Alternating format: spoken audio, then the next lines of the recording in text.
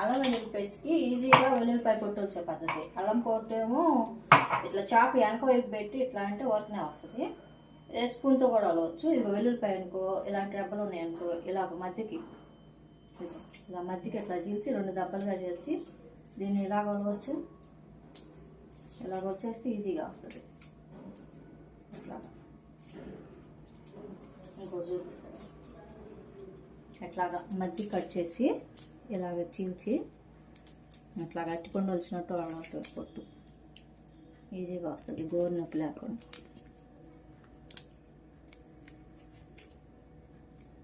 మళ్ళీ చూపిస్తాము.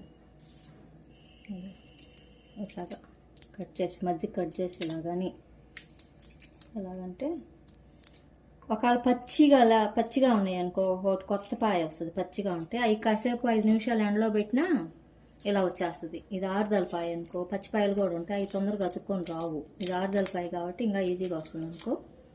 పచ్చిపాయ ఒక 5 నిమిషాలు ఎండలో పెట్టి ఇలా తీస్తే ఈజీగా వస్తాయి.